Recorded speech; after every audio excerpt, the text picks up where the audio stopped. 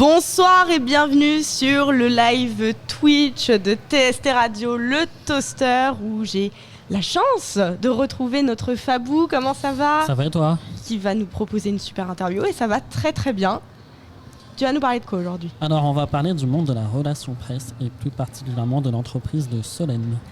Salut. Solène qui est avec nous. Bonsoir, ça va ? Ça va et vous ? Ça va très très bien. Et je vais vous on va laisser discuter.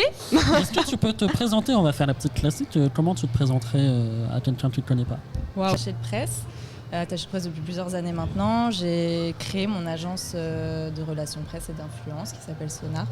Donc on accompagne tout type d'entreprise, de tout secteur d'activité. On a une petite spécialité culture.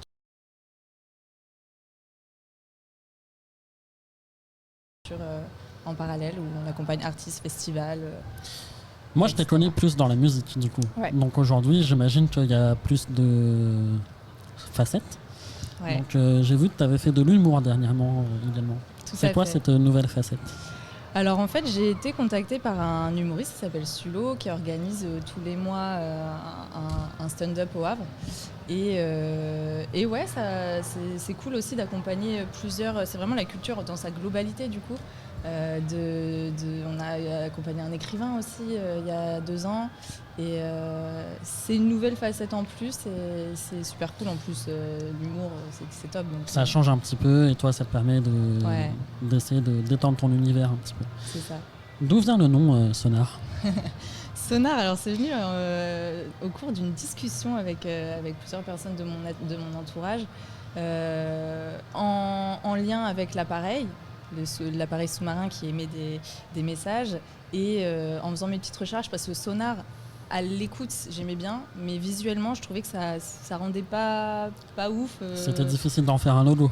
C'est ça. L'idée. Donc je me suis dit, j'ai envie d'ajouter un E ou d'ajouter quelque chose qui le rende un peu plus cool. Et du coup, j'ai ajouté le E pour Sonar avec un E. Et en faisant des petites recherches, je me suis rendu compte que résonare en latin, ça veut dire faire écho. Donc ça faisait sens avec l'activité. Voilà. Qu'est-ce qui t'a donné envie de faire ce métier ? Est-ce que tu peux me raconter un peu ton parcours scolaire, voir un petit peu d'où t'es venu ? Alors, j'ai fait un parcours assez classique de communication. J'ai fait un DUT Infocom au Havre. J'ai enchaîné ensuite à Rouen en licence pro et en master aussi communication à Rouen. J'ai tout fait en alternance et en fait j'ai découvert les relations presse au cours de ma 2e alternance en master et après j'ai pris le risque un petit peu en me disant je veux trouver un poste. Je voulais pas trouver un poste pour trouver un poste, je voulais trouver un poste où il y avait forcément des relations presse dedans. Donc va trouver un poste d'attaché de presse en Normandie déjà. C'est très très dur. Très dur. Mais j'ai réussi au final, j'ai enchaîné avec des CDD d'attaché de presse et après j'ai créé l'entreprise. Quoi. J'ai vu que tu avais travaillé notamment en stalkant sur LinkedIn, GRDF et La Poste. Décidément, LinkedIn et TST. C'est important. Non. Est-ce que ça a influencé ta vision de voir la relation presse, de travailler dans ces grandes entreprises ? C'est tellement pas la même chose. En fait, j'ai tout appris des relations presse depuis que je suis à mon compte au final. Parce que en entreprise, tu diffuses un communiqué de presse, une entreprise connue, c'est repris dans les médias. Oui, c'est facile, il n'y a pas ce travail d'acharnement pour convaincre finalement. Ouais, c'est ça. Et du coup, c'est quoi ta méthode pour convaincre ? Aïe. Si t'en as une. Il n'y a pas de vraie méthode.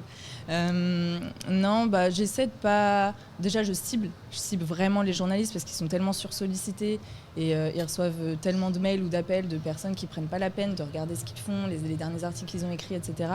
Donc, je fais un gros travail de ciblage et de veille en amont et je relance pas 2 jours après mon envoi, quoi. Ouais. Combien de temps après un envoi tu peux relancer ? Généralement 1 semaine à 2 semaines selon l'urgence du sujet. Et bien sûr, si c'est un sujet urgent, je rappelle assez rapidement. Mais pour un événement comme par exemple Havre de Rire dont on parlait, je commence à envoyer les communiqués 1 mois avant et je relance 2 semaines avant, quoi. Donc on parlait de la difficulté de trouver un poste en Normandie. Ouais. Quels sont les défis que tu rencontres en tant qu'attaché de presse en Normandie ? S'il y en a plus que dans les autres régions ou est-ce que c'est spécifiquement la Normandie où il y a des petits soucis ? Le métier, il évolue beaucoup déjà, donc il y a beaucoup plus de mal à placer des sujets. On est très sur le local en Normandie, donc même un artiste qui vient du Havre, il ne va pas intéresser les médias de Rouen. Ou un artiste qui vient de Lillebonne, justement, j'en parlais avec un artiste récemment. Il est entre Rouen et Le Havre, Donc, qui est-ce qui veut en parler à part Paris Normandie, Difto et Courrier Cauchois, voilà. Ça fait maigre. Peut-être France Bleu éventuellement. France et Bleu, encore. ouais, France Bleu, Un il le petit soutient peu. bien. Ici, d'ailleurs. On peut aussi. Ça s'appelle ici. Ici, maintenant, oui, France Bleu. oui. Une évolution du métier, comment est-ce que tu vois l'évolution des relations presse avec l'émergence des réseaux sociaux, la nouvelle techno, etc. Et comment tu vas t'adapter à ce niveau-là? C'est difficile. En fait, il y a beaucoup de médias web qui se sont développés, du coup. Mais il y a aussi beaucoup de médias, du coup, comme TST. Big up TST Radio. Exactement, voilà. Non, on rencontre la difficulté avec pas mal d'artistes où, encore récemment, ça me l'a fait pour un artiste normand qui vient de sortir un titre avec Like Mike, donc un des plus grands DJ du monde. On a diffusé l'info auprès de plusieurs médias spécialisés, dont un média web qui nous demande en contrepartie de l'argent pour faire une story et un post. Mais en fait, les artistes indépendants n'ont pas le budget, Bien sûr, clairement, pour effectivement. payer, pour faire de la pub, parce qu'au final, c'est plus des relations presse, mais de la pub. Et c'est ça le gros enjeu auquel on fait face en ce moment, c'est que, en fait, il y a beaucoup, on nous demande de faire de la pub alors qu'on est des attachés de presse et que nous, on parle avec les Il journalistes. y a une différence mince entre le manager et puis surtout avec les influenceurs, créateurs de contenu et l'attaché de presse. Ouais. Et c'est le format Complètement. court, notamment à cause de. Enfin, pas à cause, mais à cause. Oui, je peux dire à cause de Combini, Brut, etc., qui font c'est des ça. sponsors un peu Et déguisés. puis je pense que malheureusement, c'est qu'un artiste, il faut à la fois qu'il soit presse, journée, enfin, se mettre en rapport avec les médias et qu'il soit créateur de contenu en Ouais, même tout à temps, fait. parce que faut vivre les sponsors, tout ça. Enfin, j'imagine, hein, je suis pas artiste, mais je pense que Ouais, c'est ça qui est complètement. compliqué, quoi. C'est ça. Quelles c'est sont ça. les compétences que tu dois avoir en tant qu'attaché de presse? Faut être ultra organisé. Est-ce que toi, tu l'es? Ouais, ça va. Ça je va m'en sors bien. Sauf quand j'ai trop de choses en tête. Là, un vendredi, c'est pas possible. Mais non, ultra organisé. Savoir synthétiser. Parce que quand on appelle un journaliste, faut qu'on puisse lui pitcher le sujet en 20 secondes, quoi. Et savoir que quand on est au téléphone, le sourire, ça s'entend. Oui. Ouais. Non, c'est vrai. Donc juste bien communiquer, quoi. Quelles sont les actualités de ton entreprise ou de toi-même? De moi-même, pas grand-chose de plus que mon entreprise. Non, les actus de l'entreprise, là, on reprend avec les festivals, donc le festival Rock in Évreux, les Grandes Marées. On accompagne toujours Sulo avec Le Havre de Rire et son nouveau spectacle qui va bientôt sortir. On accompagne toujours Brave, l'artiste havrais qui a sorti son album Café Crève en septembre et qui a rempli la Cigale derrière. On est en cours on commence à accompagner un autre artiste dont je peux pas trop C'est parler. encore en signature, en ce moment. en pourparler. Voilà, et puis Simon Legacy qui vient de sortir le titre avec Like Mike aussi. Donc plusieurs autres projets, des cours, des formations, etc. Ça, c'est la partie délicate où tu dois rien oublier, ni Ouais. froisser personne. Ouais, carrément. Le T'as rien Franco oublié. Beats Festival Qui est que en vous cours. connaissez sûrement parce que c'est avec le Triangle Transatlantique, qui est le plus proche d'ailleurs parce que c'est fin mars. Donc, Et du coup, qu'est-ce qu'on fait pour te contacter si on veut travailler avec toi? Est-ce que c'est encore possible? ouais. Alors on sait dire non si on estime que le sujet n'a pas besoin de relations presse ou si c'est pas pertinent par rapport à l'actualité de l'entreprise, etc. Mais sinon oui, c'est toujours possible. On est présent sur Insta, on est présent sur LinkedIn, on est facilement joignable. Et si on veut taper dans l'œil de ton entreprise, quels sont les sujets qui t'intéressent? Comment tu sélectionnes un petit peu? Mis à part l'actualité, du coup.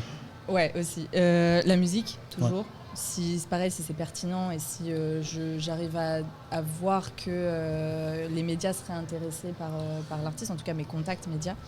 Petite L'innovation. précision, orientée musique française, de ce que j'ai cru comprendre. Ouais, musique française principalement. Variété. Variété, ouais. Variété, Oui, en français, pop plutôt. urbaine aussi, et voilà, principalement, ouais. D'accord. Donc ouais, et puis on accompagne aussi des projets engagés. On a notamment, surtout quand c'est engagé, j'aime bien, alors c'est plus un coup de main pour le coup, mais principalement en tout cas ces sujets-là. Quand tu parles de projets engagés, est-ce que tu aurais quelques exemples? Ou un, si on a un déjà. Notamment, on a accompagné, je crois que ça fait 3 ans maintenant, le Climat chez vous, qui étaient 2 amis qui ont rejoint Rouen et Nice pour sensibiliser au climat. Donc ils ont traversé la France à vélo. Et en fait, on a déclenché des retombées dans tous les départements qu'ils ont traversés, ce qui a du coup attiré les médias nationaux. Et c'est le genre de projet, moi, qui m'attire aussi parce que j'ai envie de les aider, c'est pour une cause, donc j'ai envie de les accompagner là-dessus. Et là, notamment, on a deux mamans qui vont faire le Laponie Trophy pour sensibiliser au sport santé. Donc c'est pareil, voilà, des projets engagés comme ça qui me touchent un peu plus. Est-ce que tu aurais des conseils maintenant pour les jeunes musiciens qui voudraient faire leur dossier de presse ou ce genre de choses pour essayer d'avoir des facultés pour la suite, pour te démarcher ou de démarcher d'autres médias? Mettre toutes les chances de leur côté, donc dire un maximum de choses qui les mettent en avant. Il y en a beaucoup qui pensent que tel ou tel point n'est pas important, mais au final, si tu as fait la première partie d'un artiste plus ou moins connu, il faut le mettre dans le dossier de presse, mettre en avant si tu as fait de l'écriture, si tu as fait tes projets précédents, etc. Et vraiment ne pas oublier certains points. Se faire relire, du coup, c'est cool parce que ça permet la personne peut donner son point de vue et dire ça, tu devrais le mettre un peu plus en avant ou autre. Est-ce que tu voudrais partager des anecdotes peut-être qui t'ont marqué dans ton travail? S'il y en a. Positif. Tu peux changer les prénoms, il n'y a pas de souci. Le micro se fait la malle ce soir. Des anecdotes, généralement c'est en festival qu'on a les meilleures anecdotes. Oui, j'imagine bien. Non, des anecdotes pas spécialement, mais les rencontres en festival, les rencontres avec les staffs d'artistes, les artistes eux-mêmes, les journalistes, c'est toujours des bons moments. C'est toujours, là, oui, une anecdote que je pourrais donner, c'est que nos partenaires médias l'année dernière au Rock in Évreux, ils ont eu une bonne petite idée, c'était de faire une petite blague pendant le festival, au niveau des toilettes, ils ont déroulé un tapis rouge et tout. Enfin, ça peut être sympathique. C'était marrant en vrai. Ça a même été repris dans les médias. Donc, comme quoi, il y a des petites actions comme ça qui font que ça peut intéresser les médias et on ne s'y attend pas. C'est ça. Donc j'imagine que tu as eu des contacts et des relations avec des groupes.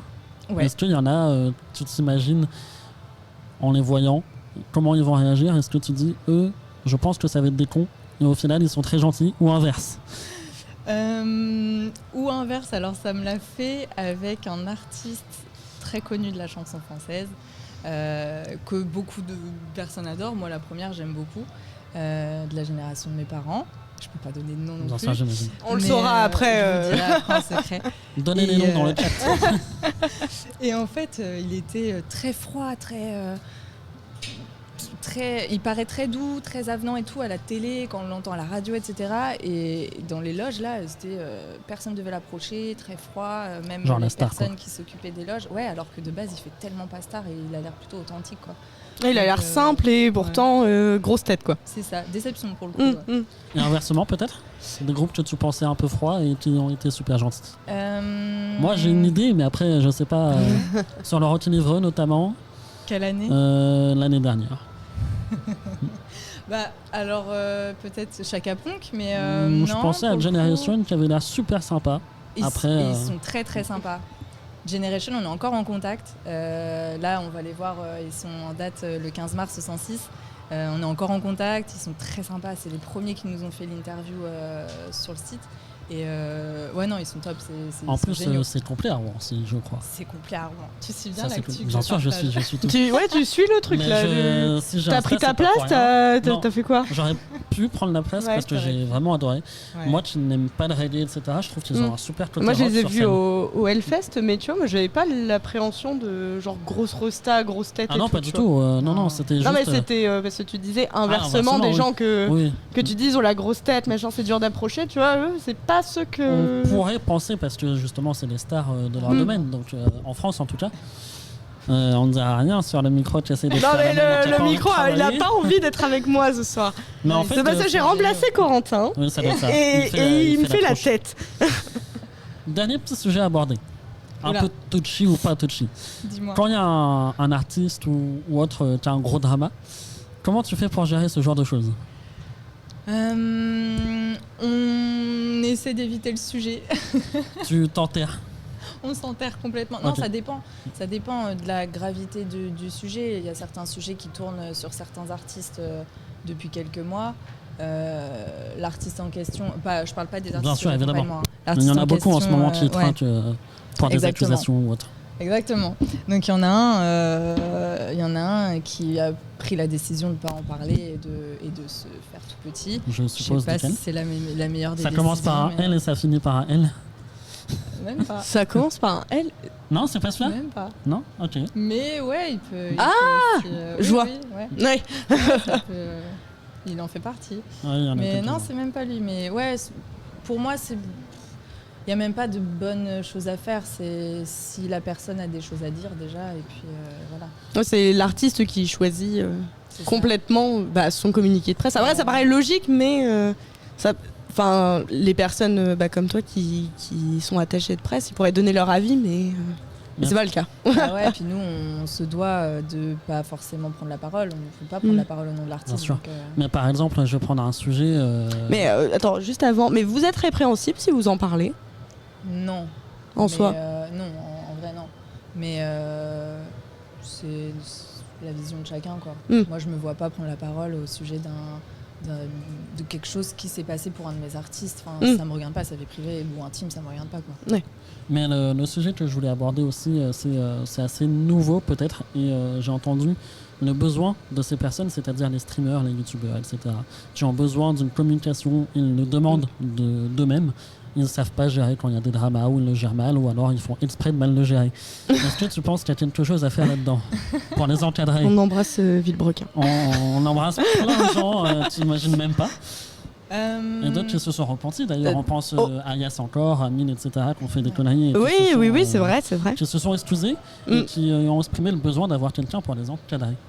Oui, après c'est pareil, c'est l'évolution des usages aussi avec Twitch, etc. Enfin, on les voit plus dans leur moment du quotidien, dans leur authenticité, et ouais, ils peuvent déborder à un moment donné, quoi. Mais en soi, c'est à eux de se gérer, eux-mêmes. Oui, je pense qu'il faut quelqu'un effectivement pour juste essayer de les recadrer un peu à certains moments, mais c'est avec Twitch, avec les stories, etc. On peut pas encadrer. Il y a trop de choses à regarder. C'est ça. Mais je me dis que peut-être après coup, tu vois, rédiger, on appelait ça des tweets longueurs à l'époque, mais pour expliquer telle ou telle chose, ça peut éventuellement aider certaines personnes, je pense, ça pourrait être intéressant. Ouais, complètement. Bon, aujourd'hui, il y a ChatGPT qui fait ça très bien.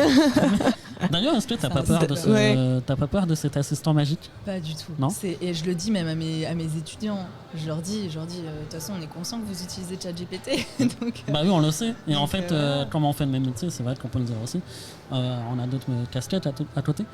Il vaut même mieux les encourager à savoir bien l'utiliser mais plutôt c'est ça. qu'être esclave de ChatGPT un jour ou l'autre. Mais ouais, tant qu'on sait bien l'utiliser, tant qu'on l'utilise pas de A à Z, enfin nous on s'en sert aussi pour synthétiser parfois parce qu'on a une approche dans notre mail pour présenter un sujet et au final c'est peut-être pas forcément pertinent. C'est ça, c'est que ça sert à plein de choses, que ce soit la rédaction. Moi, principalement, c'est que je vais écrire un article ou par exemple avec TST, on est en collaboration avec BFM où on présente le top sortie et moi je dois rédiger tout de A à Z et il y a des moments, des tournures de phrases, etc.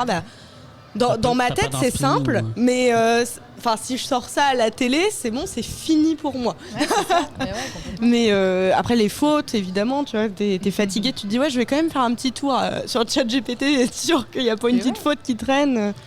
Mais c'est tellement évolué que le modèle actuel pour faire tes recherches, tu lui demandes d'aller sur telle ou telle source, il te sort toutes les sources à côté, tu peux croiser les sources, c'est extraordinaire, quoi. Mais oui, c'est génial ChatGPT, je pense que ça peut aider tout le monde au quotidien, tout le monde devrait s'en servir, tant que c'est pas dans l'excès, tout le monde devrait s'en servir. On est d'accord, jusqu'où ça pourra aller, telle est la question. Il faudra peut-être aller au NWX Festival qui parlera de l'évolution des nouvelles technologies.